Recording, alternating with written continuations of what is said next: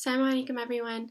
So today we want to start a series of talking about practical steps we can do to reach a state of Khushoo in our prayer.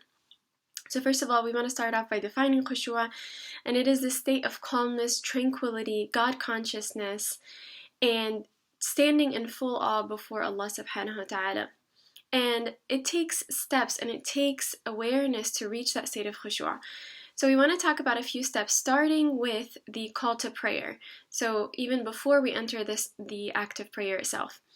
So when the call of prayer enters, we all get a notification on our phone, and we want to make sure that instead of just silencing it or clearing the notification, we want to make sure we actually do something with it.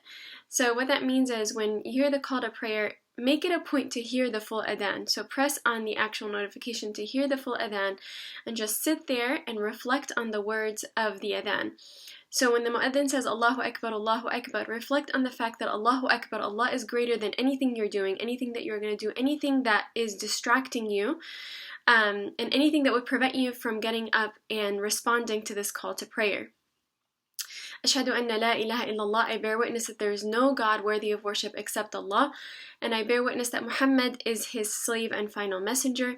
And the mu'adhin says, Hayya ala As-Salat, Hayya ala الفلاح, hurry to prayer, hurry to success. And when you hear the call to prayer, you want to repeat everything that the mu'adhin says except for these two lines here. When the mu'adhin says, hurry to the prayer, hurry to success, you want to respond to these two lines by saying, La hawla wa la quwwata illa billah.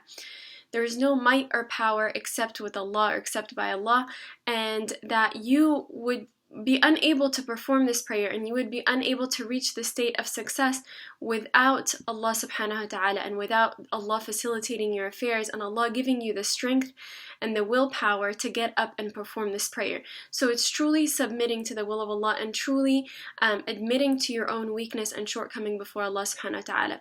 So after you repeat the call to prayer and say this with reflection and really reflecting on the meaning of the words that you're saying, there is a dua that the Prophet ﷺ taught us, whereas if we say it after we hear the call to prayer, that he tells us he will intercede on our behalf on the Day of Judgment, insha'Allah.